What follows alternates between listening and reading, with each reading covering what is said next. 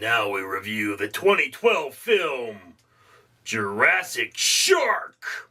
Alright, ladies and gentlemen, I have seen the 2012 film Jurassic Shark. And I have seen it twice, actually, because the first time I forgot I had seen it.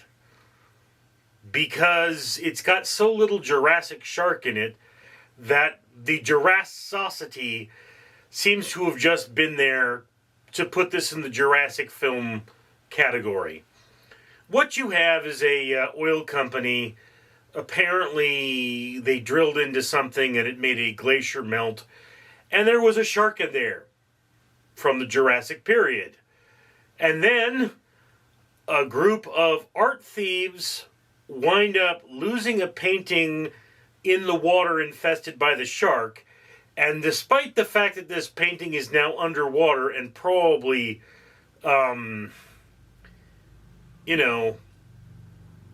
trashed, they want it back. This is kind of a dumb movie. It's extremely low budget. It's something of a backyard film. The special effects are terrible.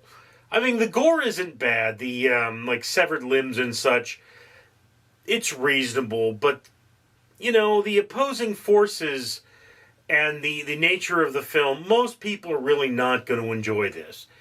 And, it's a lot of people talking. It's a small group of people talking. There's a reasonable amount of wandering through the woods. And whereas with every real shark movie, the major conflict is between people, and that's why it's hard to deal with the shark, it doesn't really resonate here. You have some hot chicks, and the painting thieves are like, you go get me my painting. And they're like, we don't want to get you your painting. We don't want to die. It's like, guys, sharks aren't that aggressive. And a Jurassic shark, well, if it's a megalodon, it would be too large to snack on people. Because we just wouldn't make much of a meal for it. So, probably wouldn't be all that interested in us. Megalodons ate whales. That's what they ate.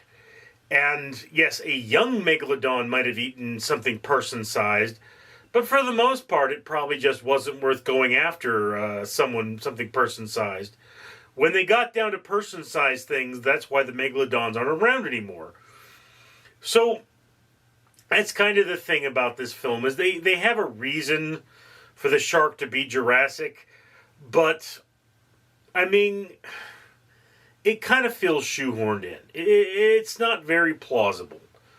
As far as the other characters, well, you don't have your Hollywood-type actors. These feel more like primarily people who you could find.